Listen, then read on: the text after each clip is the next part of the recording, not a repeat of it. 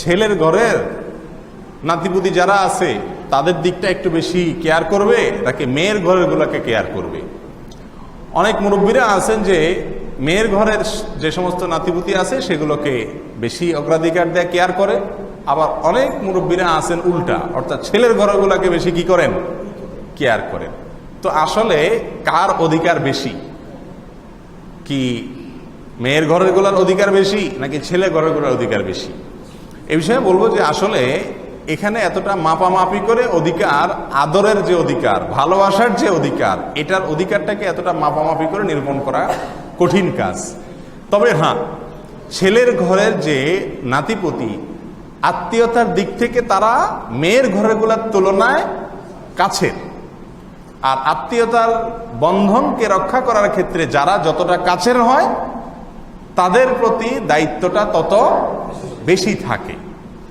মেয়ের ঘরের যে সন্তানরা তাদের প্রতি অধিক দায়িত্ব পালন করবে তাদের দাদা দাদি, কারণ তারা সেখানে থাকে বেশিরভাগ সময়, তাদেরকে কেয়ার করবে, তাদের পড়ালেখা, শাসন, তাদের চলাফেরা, তরবিয়ত সবকিছু তারা দেখাশোনা করবেন।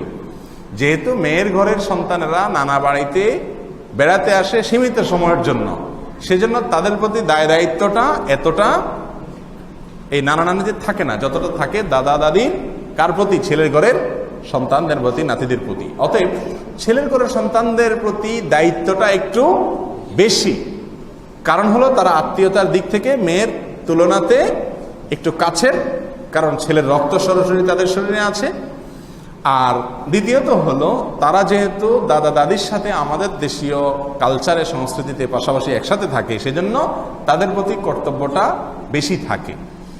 কিন্তু তাই বলে তাদেরকে আদর করবে, মেয়ের ঘরগুলোকে আদর করবে না, বা এদেরকে বেশি করবে, এদেরকে কম করবে, এরকম কোনো আদরের ক্ষেত্রে, ভালোবাসার ক্ষেত্রে, স্নেহ করার ক্ষেত্রে কোনো প্রকার ভাগযোগ করা বা কম বেশ করা কোনো অবস্থাতেই উচিত নয়, অন্যায় হবে।